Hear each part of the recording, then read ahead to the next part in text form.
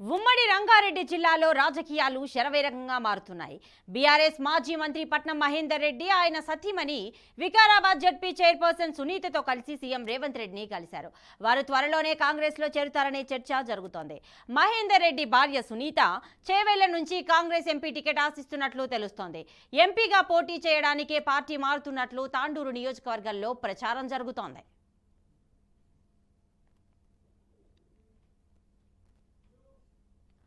తాజాగా జరిగిన అసెంబ్లీ ఎన్నికల్లో బీఆర్ఎస్ పార్టీ ఓడిపోవడానికి కారణం మహేందర్ రెడ్డి అని బీఆర్ఎస్ నాయకులు ఆరోపించారు.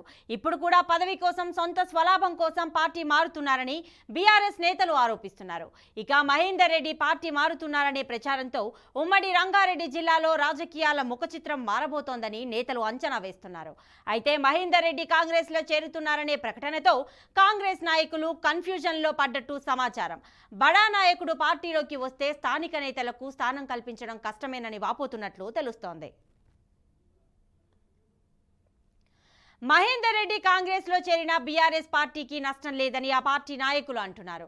రానున్న రోజుల్లో మహేందర్ రెడ్డికి, రోహిత్ రెడ్డికి మధ్య ప్రతిపక్ష రాజకీయాలు ఎలా ఉంటాయన్న దానిపై చర్చ జరుగుతోంది. మొత్తానికి బీఆర్ఎస్ నేత మహేందర్ రెడ్డి సీఎంను కలవడం జిల్లాలో వ్యాప్తంగా చర్చనీయాంశంగా మారిందంటున్నారు రాజకీయ విశ్లేషకులు. రాబోయే రోజుల్లో బీఆర్ఎస్ నుంచి మరికొందరు నేతలు అధికార కాంగ్రెస్ లోకి మారే అవకాశం లేకపోలేదంటున్నారు విశ్లేషకులు.